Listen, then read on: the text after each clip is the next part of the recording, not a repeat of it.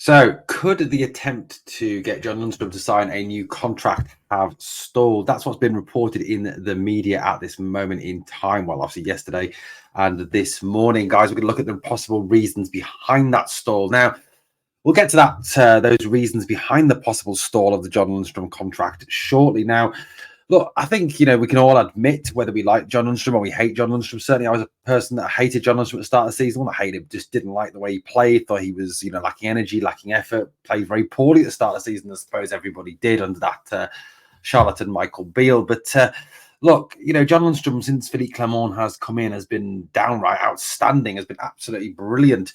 He's been a leader on the park. He's been a leader off the park. Some of his displays at times have been absolutely superb. He has ran the game and controlled the pace of the game, broken up attacks, dominated midfield. Certainly in some of the European games, for example, he took control and never relinquished it. He's got some decent assists in there with some killer passes, like the one for Cyril Dessa's goal against, I think it was St Mirren, the Ridvan goal against Hibs. Was it St Johnston, the goal? I can't remember off the top of my head where it was. But yeah, some phenomenal pieces of skill from John Lundstram. And, we all remember and, what he's contributed in the past as well. The Leipzig goal, for example, as well. Lunny has been a good servant for the club and has certainly, in interviews up to this point expressed his love for the club and his desire to even finish his career at Rangers. That's what he has said previously. And the loving has not stopped just on John Lundstram's side. Philippe Clement has spoken very positively about John Lundstram as well, talked about him being that leader on the park and in the dressing room, being like a right-hand man to him on the field. He's also spoken about, he says, John knows what I want. He's quite clear with the fact that, when he was asked about his contract, seemingly indicating that, Clement wanted him to stay. So, look, it appeared that, Rangers wanted him to stay, John wanted to stay, Philippe Clement wanted him to stay. It appeared the perfect circle, triangle, whatever we're going to call it now. But it seems that could have stalled over the last few days and weeks. Now, the reasons for this stall have been put down to a number of different factors. First one amongst them appears to be a difference of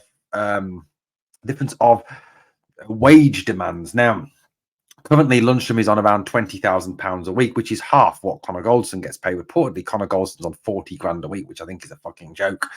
Absolute joke.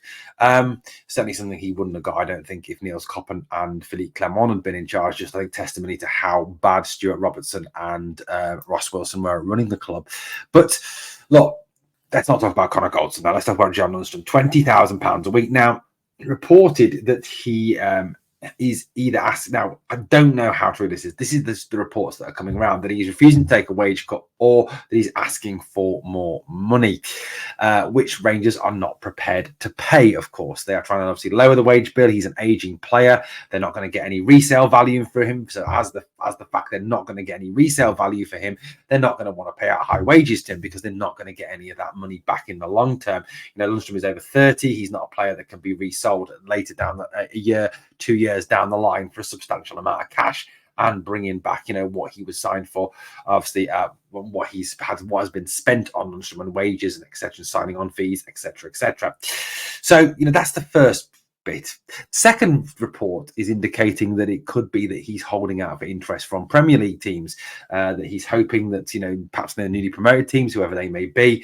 The championship race is incredibly tight and intense between Leeds, Leicester, Southampton and Ipswich this season. I think that's right. They're the top four going for the top two. And I think there's the teams in and around them, Norwich, West Brom, etc., etc. There's obviously clubs fighting at the bottom of the Premier League to stay up. Obviously nothing has been decided down there, as nothing has been decided in Scotland. So there is obviously as well a rumour that he is also holding out, given his improvement in form, that he is looking for Premier League interest, because obviously Premier League clubs pay bigger wages because of the fact they have a bottomless pit of money, because their revenue turnovers are a great deal higher. I think Brighton's was something like 174.4 million last year, as opposed to Rangers, which was 83.3 million. So obviously, they have more money to spend. They have the capability under the new PSR regulations down there to spend that bit more cash. So, there is that report that he is holding out for Premier League money. So, look, that's the case, then, fine, fair enough. So, if it's either of those two cases, before we get on to the third scenario, which there is a third scenario, guys, which fits in with our trading model, and we'll talk about that shortly. But If it is the case that he's demanding more wages or won't take a wage cut, or is holding out for Premier League interest, and if there's no Premier League interest, then he'll sign the deal. Well, I'm sorry, John. As much as I love you, mate, as much as as well as you've played this season, that ain't good enough. You know what? If you don't want to play for Rangers, if you're seeing us as a second choice, as a second option, then we don't want you. Look, that may sound very harsh to you out there, for me to sit here and say we don't want you, but for me, you've got to want to play for the club. If you don't want to play for the club, fight for the jersey, then I'm sorry, but if you're looking for a better option, or you're not prepared to take the money the club is offering, then I'm sorry, you don't have a place at our club. You've got to be wholeheartedly into this, want to be here, want to do better, want to win trophies here, and want to fight for that shirt, do what the fans in the stands would want to do. Now, the third scenario is based around the trading model. Now, according to reports in another publication, it could well be that Rangers don't want to renew John Lundstram's contract or give him the length of contract that he wants because of the trading model. John Lundstram does not fit in with the trading model. He is a player who is over the age of 30, has no resale value. And if you look at the players that Rangers have signed since Niels Coppen's come in, since Philippe Clement has come in, it's very much followed that trading model. They've kind of abandoned the disaster of the Michael Beale. In the past, they've been stung by the Michael Beale debacle over the summer. You look at the players that have been brought in since that: Cortez, Diamande, Silva. I know Silva's not our player, but they're all under the age of 23. It appears that the club are pushing down that route of going for younger players, trying to bring in young, hungry players who can be then flipped and sold for a lot of money in the future, following a PSV Ajax style model.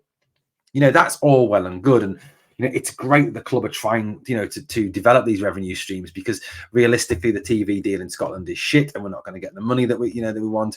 Yes, the Champions League money does help, but over substantially, the money we're going to generate, whilst we do generate our money from merchandise sales, from match day revenue, etc., the majority of your money is going to come in for player sales. And I agree that there is a need to have a trading model. But, however, I would put a caveat on that trading model. You do not want to be caught in the same position as, say, English club Sunderland, who only buy players under 23, where they are not going to be promoted this season. They have fallen away badly. They lose games that they should win. They have followed that model of only signing players under 23 years old, only paying fees for players under 23 years old, which is a ridiculous state of affairs. You need to have an experienced core. Now, at this moment in time, yes, we do have an experienced core.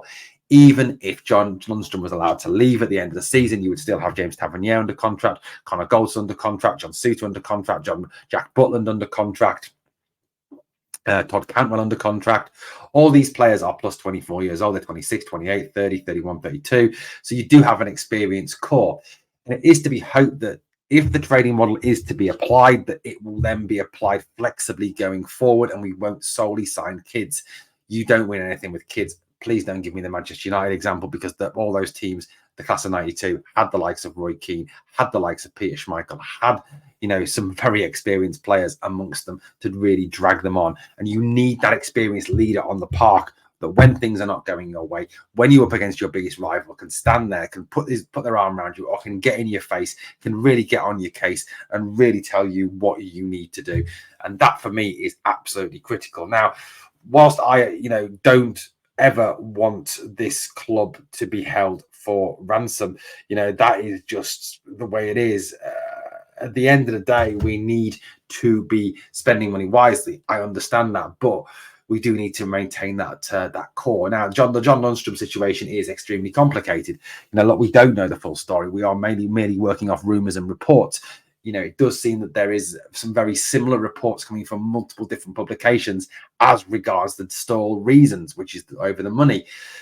Like I said, if it is the case that he doesn't want to sign because we're not going to pay him enough money or whatever, then for me, it's a no-go. It's a see you later, bye-bye. Sorry, that's just the way it has to be. The club cannot be held to ransom. We need to make sure that those funds are available. The majority of funds are available for redevelopment of the playing squad over the summer. We do need to go out and sign players like, it's 2 centre halves, a left back. It's going to be Hefte. Strikers are going to be massive over the summer. The situation with is Danilo going to come back the same players?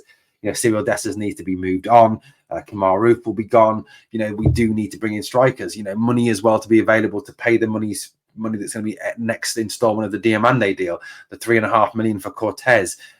pay the £7-8 million for SEMA, whatever it is, to really bring in those players who long term have a future at the club. And if it is that John is not prepared to either take a wage cut or he's asking for too much money, then we do need to say goodbye, as brilliant he has been and as much as I would love him to remain here. Well, guys, let me know what you think down in the comments below. Thank you so much for watching Glasgow Rangers Nation. Just wanted to bring that to you this morning, get you talking on that. Obviously, drop me a comment. Let me know what you think in the comments down below. Thanks for watching Glasgow Rangers Nation, guys. As always, on the way out, there's two things I ask of you. Number one is smash the like, and number two, remember always, we are the people.